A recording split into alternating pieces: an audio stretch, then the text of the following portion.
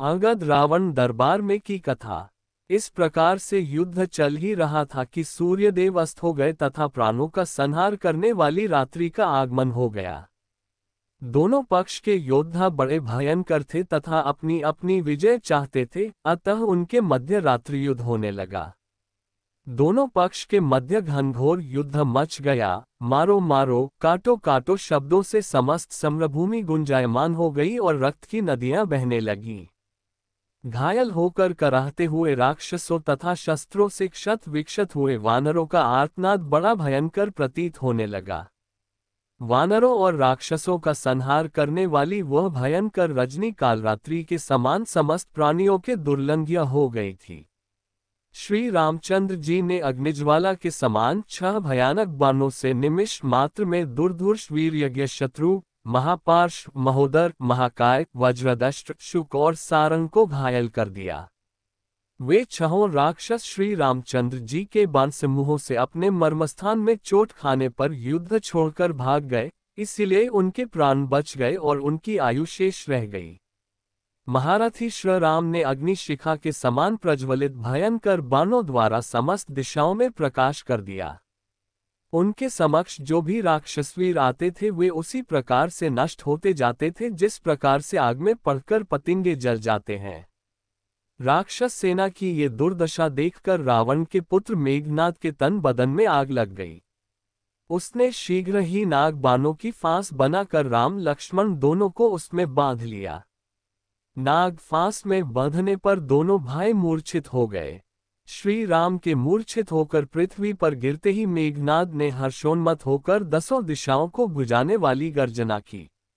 राक्षस सेना में फिर से नवजीवन आ गया और वह मेघनाद की जय जयकार करती हुई बड़े उत्साह से वानर सेना पर टूट पड़ी।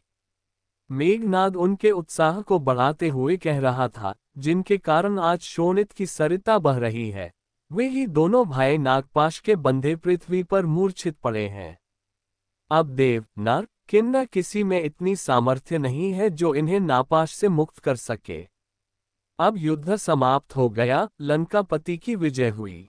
इस प्रकार विजय घोष करता हुआ मेघनाद लंका को लौट गया। राम लक्ष्मण के मूर्छित हो जाने से संपूर्ण वानर सेना में शोक छा गया। सुग्रीव, अंगद, हनुमान, जाम्बवंत आदि सभी सेनाध्यक्ष किंकर्तव्य विमूढ़ होकर दोनों भाइयों को घेर कर खड़े हो गए और इस विपत्ति से त्राण पाने का उपाय खोजने लगे। तभी विभीषण ने उन्हें धैर्य बंधाते हुए कहा, हे वीरों, भयभीत होने की आवश्यकता नहीं है। ये नागपाश इन दोनों भाइयों का कुछ नहीं बिगाड़ सकती और न वे मर ही सकते हैं। इसलिए तुम इनकी चिंता छोड़कर अपने अपने मोर्चों पर जाकर युद्ध करो। इन दोनों भाइयों को तुम मेरे ऊपर छोड़ दो। उधर जब रावण ने मेघनाद के मुख से राम लक्ष्मण के नागपाश में बंधकर मूर्छित होने का समाचार सुना तो उसके हर्ष का पारावार न रहा। उसने सीता की रक्षा पर नियुक्त राक्षस नारियों को बुलाकर आदेश दिया, तुम लोग सीता को पुष्पक विमान पर चढ़ाकर युद्ध भूमि में ले जाओ और उन्हें ले जाकर राम लक्ष्मण को दिखाओ जो पृथ्वी पर मरे पड़े हैं।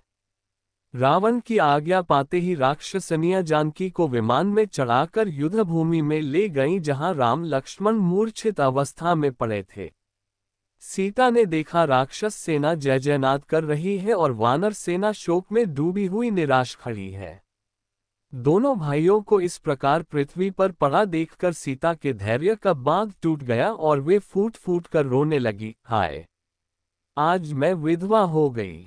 बड़े बड़े ज्योतिषियों की यह भविष्यवाणी मिथ्या हो गई कि मैं आजीवन सधवा रहूंगी, पुत्रवती बनूंगी। हे नाथ, आपने तो कहा था कि मैं अयोध्या लौटकर अश्वमेघ यज्ञ करूंगा। अब उस कथन का क्या होगा? जो विश्व को जीतने की शक्ति रखते थे, आज वे कैसे मौन पड़े हैं? हाँ विधाता, तेरी यह क्या लीला है? हे त्रिजटे, तू मेरे सती होने का प्रबंध करा दे। अब मैं इस संसार में अपने प्रिय राम के बिना नहीं रहूंगी। अब मेरा जीना व्यर्थ है। सीता को इस प्रकार विलाप करते देख त्रिजटा ने कहा, हे जानकी, तुम व्यर्थ में विलाप करके जी छोटा मत करो। मेरा विश्वास है राम लक्ष्मण दोनों जीवित हैं, केवल मूर्छित हो गए हैं। ये देखो, वानर सेना फिर युद्ध के लिए लौट रही है। सुग्रीव और विभीषण उनके चेतन होने की प्रतीक्षा कर रहे हैं। मेरा अनुमान मिथ्या नहीं है।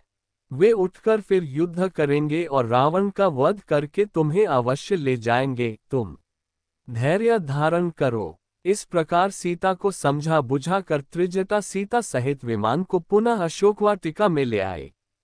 नागपाश में बंधे राम और लक्ष्मण काफी देर तक भूमि पर पड़े रहे। तभी अकस्मात जोर से आंधी चलने लगी, आकाश में घने बादल छा गए। इतने में ही आकाशमार्ग से विंता का पुत्र गरुड़ उड़ता हुआ आया।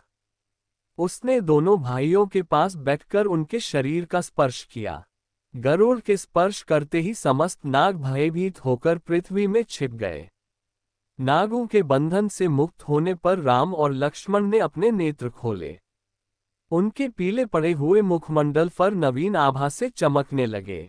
चैतन्य होकर राम ने गरुड़ को धन्यवाद देते हुए कहा, हे वेंकटेश, तुम्हारे अनुग्रह से हम दोनों भाई इस बंधन से मुक्त हुए हैं।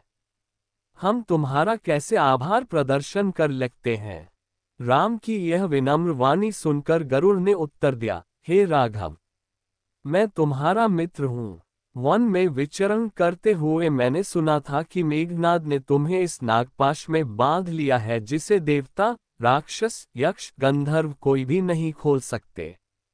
इसलिए मैं मित्र धर्म के नाते यहाँ आ पहुँचा और मैंने तुम्हें नागपाश से मुक्त करा दिया। भविष्य में अधिक सतर्क रहकर युद्ध करना, क्योंकि ये राक्षस बड़े कपटी तथा मायावी हैं। इतना कहकर गरुड़ ने उनसे विदा ली। राम और लक्ष्मण को पूर्णतया स्वस्थ पाकर वानर सेना के आनंद का पारावार न रहा।